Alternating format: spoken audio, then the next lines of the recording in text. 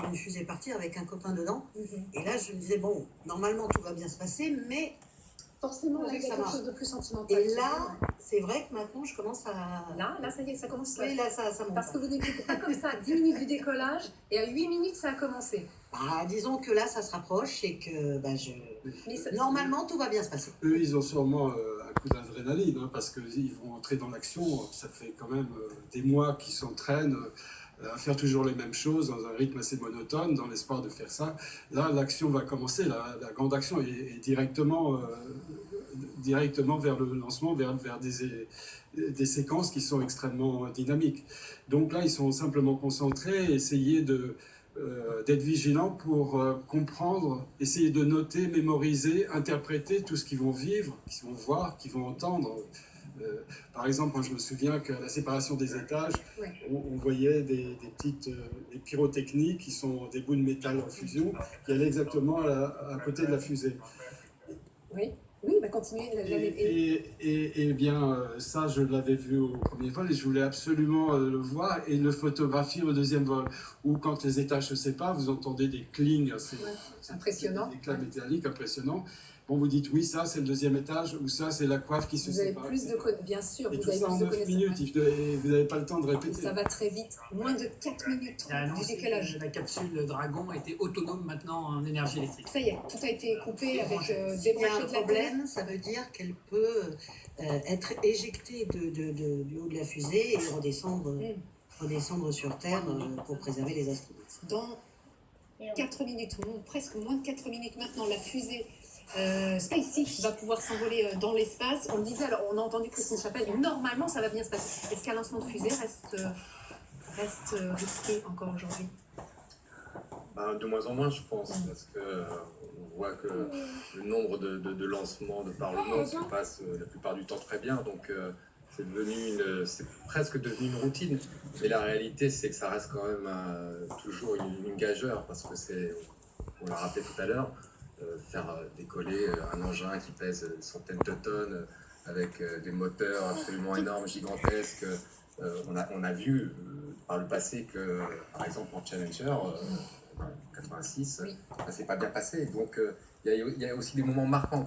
Quand ça marche pas, on est très marqué par ça. Et traumatisé, ça reste une image de la télévision, dans l'histoire de la télévision extrêmement choquante. Effectivement, ce crash en direct en 1986. Là, tout va bien se passer, disait Christine Chapelle.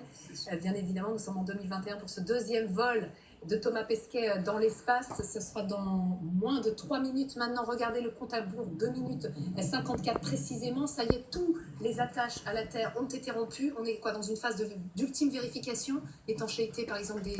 L'ordinateur de bord effectivement font plein de calculs en fait pour vérifier que tout sera bien, et on pressurise aussi un certain nombre de choses à l'intérieur, notamment pour les moteurs. Donc pressurisation qui va commencer dans 2 minutes maintenant, 2 minutes 30, 1 minute 30. 1 minute 30 maintenant. Thomas Pesquet s'est longuement confié, vous l'avez rencontré peu avant qu'il parte en Floride, Christine Chapelle.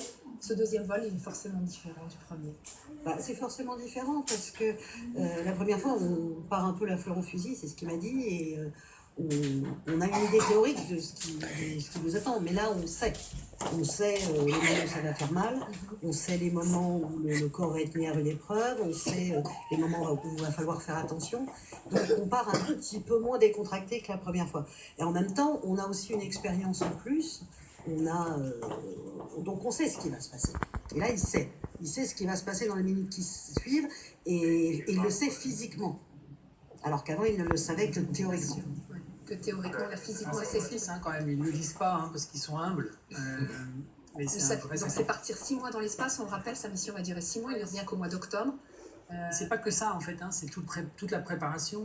8 ans de vie en Russie. Loin des leurs, loin de leurs amis, loin de leur famille. C'est l'épouse de Jean-Pierre Ignoret, Claudie, qui m'avait dit un jour, moi je suis bac plus 20. Alors, tellement elle avait dû s'entraîner avant le vol. Ouais. C'est ça, c'est des sacrifices dans sa vie, des sacrifices dans sa vie de famille, avec ses proches aussi qui sont obligés. Une très longue préparation un peu partout dans le monde. Thomas est en couple avec une jeune femme qui est directrice à l'IFAO, le Food Undergonomic Organization. Et, voilà, et lui, il est un jour au Japon, un jour aux États-Unis, un jour en Europe, c'est compliqué. C'est une vie Mais bon, à ça fait part. partie du job. C'est une vie à part dans laquelle on part dans Allez, Le l'espace. c'est directeur parti. vient de dire go. À 45 secondes avant, le directeur de SpaceX donne le go. Le go, ça veut dire que à ce C'est-à-dire stade, que- tout va bien. Ça part. Et Là, qu'elle dans part. quelques secondes, ça va partir. Dans 30 secondes maintenant, la fusée SpaceX s'élancera depuis Cap Canaveral en Floride, direction la Station Spatiale Internationale.